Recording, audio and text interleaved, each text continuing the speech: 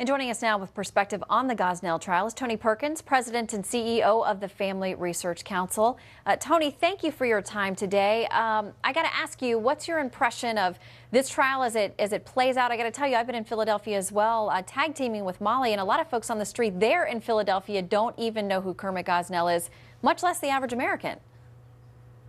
Good point, Shannon. And the reason is the media has ignored this case up until really the last 3 or 4 weeks. And we're well into this. And this was 2 years ago that the grand jury released its report, 250 plus pages of what they called the House of Horrors. So you're right. There's not a lot of people that know about it. And there's a reason, I think, for that, because the more people know about what took place behind the doors of that so-called clinic, I think those who are supporting or advocating for abortion realize that this is not the best face to put on abortion. In fact, it shows the true story of this rejection of the value of human life.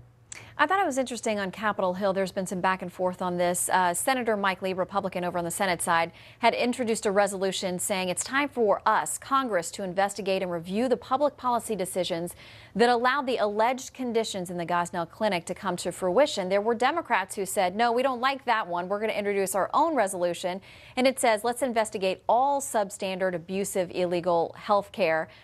Clearly didn't want the word abortion associated with that resolution, but say that their resolution would also cover abortion if we're looking at all tough healthcare practices. And on the House side, pledges to investigate this as well. What do you make of that?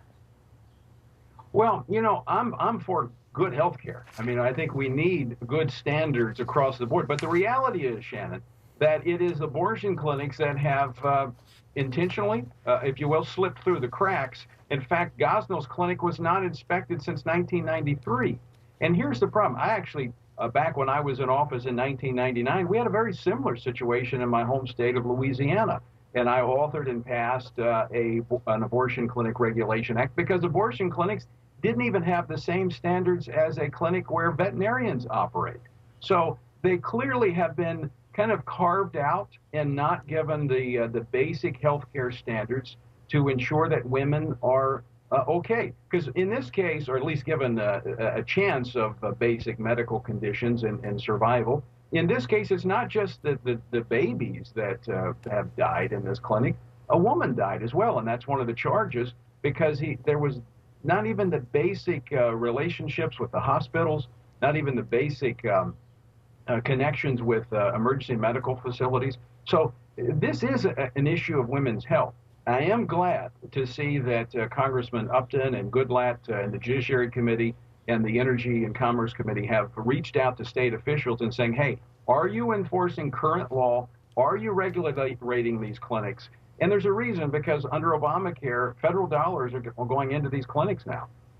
Well, we would hope that regardless of where folks stand on abortion, that we could all agree we want women to be safe when they seek out medical care. Tony Perkins, thank you very much. All right, Shannon, thank you.